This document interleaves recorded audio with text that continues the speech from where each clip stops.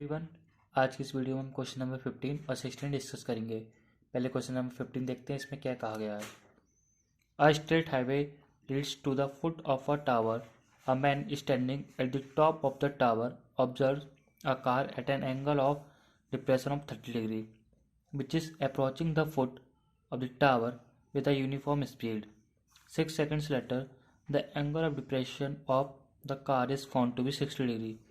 Find the time taken by the car to reach the foot of the tower from this point. तो इसे हम line wise पढ़ते हुए इसका figure draw कर लेते हैं।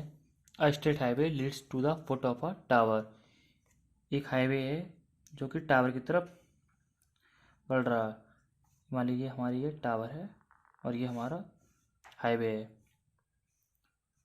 A man standing at the top of the tower observe a car at an angle of depression of 30 degree. एक कोई मैन है, वो टावर के टॉप पर है और वो एक कार को ऑब्जर्व कर रहा है। कहाँ से? टॉप से। और एंगल ऑफ डिप्रेशन क्या है उसका वहाँ से?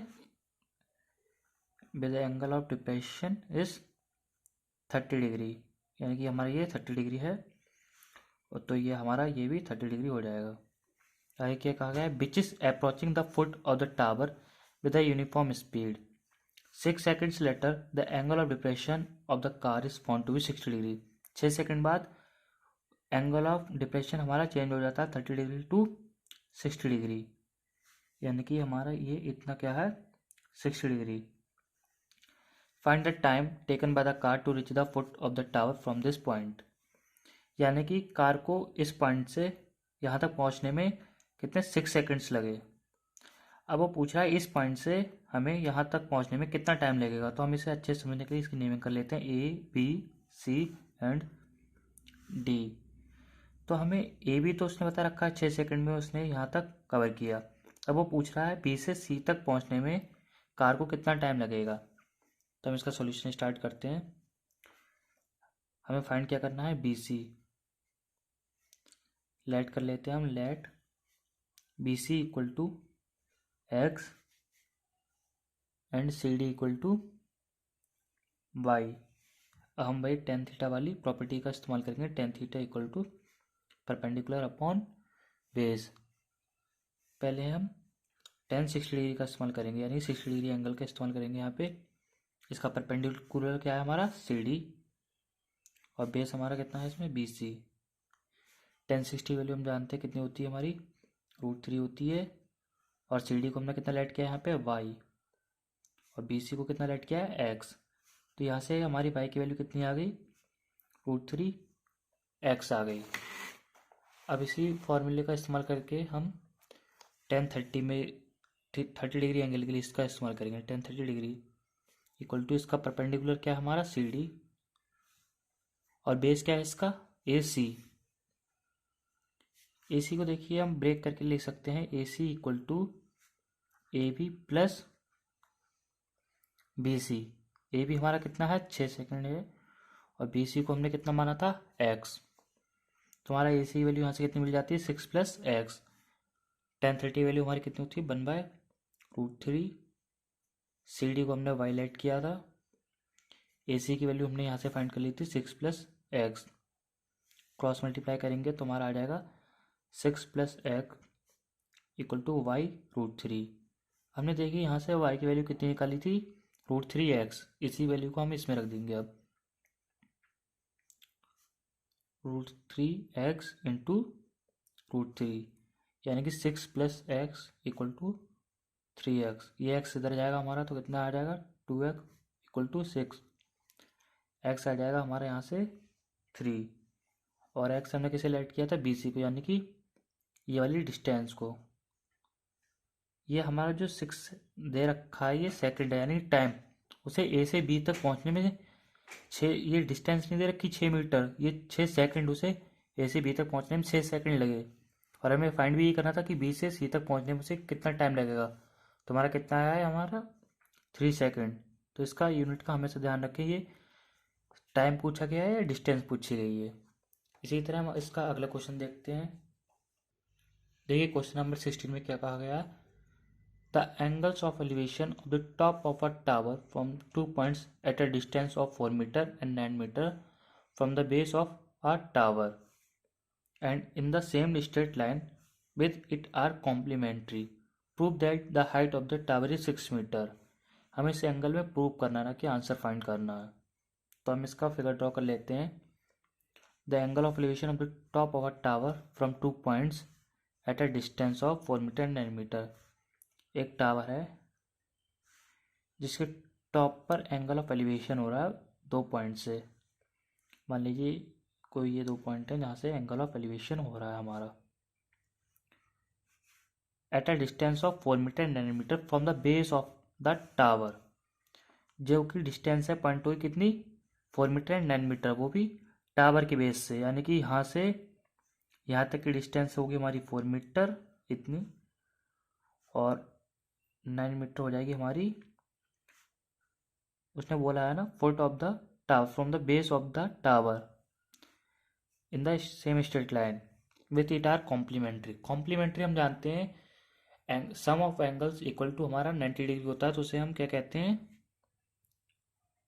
कॉम्प्लीमेंट्री कहते हैं. Sum of angles equal to हमारा कितना आना चाहिए 90 डिग्री. अब हमें यहाँ पे फाइंड करने के लिए 2 एंगल्स की ज़रूरत होगी, तो हम लेट कर लेते हैं.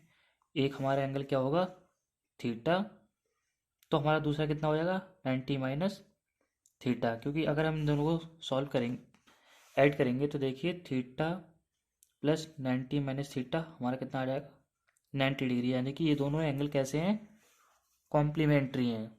अब हम इन्हीं का इस्तेमाल करेंगे. इसमें पहले नेमिंग कर लेते हैं A B C and D. अब इसी तरह हम इसका यूज़ करते हुए करेंगे. देखिए टेन थीटा वाली प्रॉपर्टी लगाएंगे. Tan theta equal to perpendicular upon base. Tan इसे मैं थीटा ना मान के यहाँ पे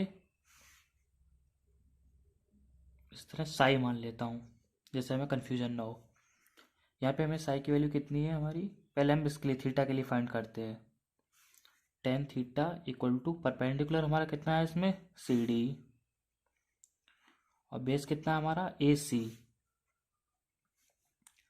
ten theta equal to C D यानी कि सी डी हमें फाइंड करनी है. इसमें फाइंड कर वो हमें प्रूव करनी है. Prove that the height of the tower is 6 metre. यानी कि हमें प्रूव क्या करना है इसमें 6 मीटर है हमारी हाइट इसकी सीढ़ी की. ये हमें प्रूव करना है इसमें. Tan theta equal to C D A C हमारा कितना है यहाँ से यहाँ तक 9 मीटर दे रखा है. तो सी डी हमारे यहाँ से आ गया 9 10 थीटा. हम इस दूसरे वाले एंगल के लिए इस वाले फॉर्मूले का यूज़ करते हैं. 10 90 minus theta equal to perpendicular यानी सी डी. इसका बेस कितना है बी सी. अब हमने चैप्टर 8 में पढ़ा है 10 90 माइनस थीटा कितना होता है हमारा कॉट थीटा होता है. ये हमने चैप्टर 8 में पढ़ रखा है. सी डी हमने हमारा एज इट इज रहेगा और बी सी हमारा कितना है यहाँ से 4 मीटर. तो हम इसे लिख सकते हैं C D equal to 4 cot theta. हमारी सी डी की 2 वैल्यू आ चुकी हैं, एक ये और एक ये. तो हम इन दोनों को आपस में कंपेयर कर सकते हैं. तो इसे लिख सकते हैं 9 10 theta equal to 4 cot theta. Cot का में ले आएंगे नीचे 10 थीटा अपॉन में कॉट थीटा और ये 4 एज इट इज रहेगा. 9 को नीचे भेज देंगे. कॉट थीटा को अगर 10 थीटा में ब्रेक करेंगे तो इसे हम ऐसे लिखेंगे 10 theta by 1 by 10 theta equal to 4 by 9. ये ऊपर चला जाएगा तो हमारा हो जाएगा 10 square theta equal to 4 by 9. अब दोनों तरफ स्क्वायर रूट ले लेंगे हम. तो हमारा 10 थीटा कितना आ जाएगा यहाँ से 10 थीटा आ जाएगा हमारा 2 बाय 9. अब देखिए हमने यहाँ पे 10 थीटा जो हमारा पहले स्टार्टिंग में किया था हमने, तो हमारा कितना दे रखा था सी डी बाय 9. अब इस वाले को और इसे जो हमने फाइंड किया अभी इन दोनों को आपस में कंपेयर करते हैं. देखते हैं हमने ये इसका स्क्वायर रूट किया था तो 4 का स्क्वायर रूट 2 हो जाएगा, 9 का हमारा यहाँ पे 3 हो जाएगा, मैंने 9 का 9 लिख दिया है। अब इसे कंपेयर करते हैं हम दोनों को, तो हम लिख सकते हैं CD/9 इक्वल टू 2/3। ये सी डी इधर रहेगा, 9 को इधर भेज देंगे हम, 2 × 9/3, तो ये कितना आ जाएगा, 3 से 9 कट जाएगा 2, 3 से 9 कट जाएगा 3 आएगा, 3 × 2 कितना आ जाएगा हमारा 6, यानी कि सी डी की वैल्यू हमारी कितनी आ गई, 6 आ गई। और यही हमें प्रूव करना था, height of the tower is 6 metre, और हाइट ऑफ द टावर क्या है हमारा, सी डी। तो इस तरह हमारा सी डी की वैल्यू कितनी है यहाँ पे, 6। तो हम इसे लास्ट में लिख देंगे प्रूव्ड। Thank you everyone. अगर आपको मेरी वीडियो अच्छी लगी हो तो इसे लाइक एंड सब्सक्राइब करें और आगे शेयर करें।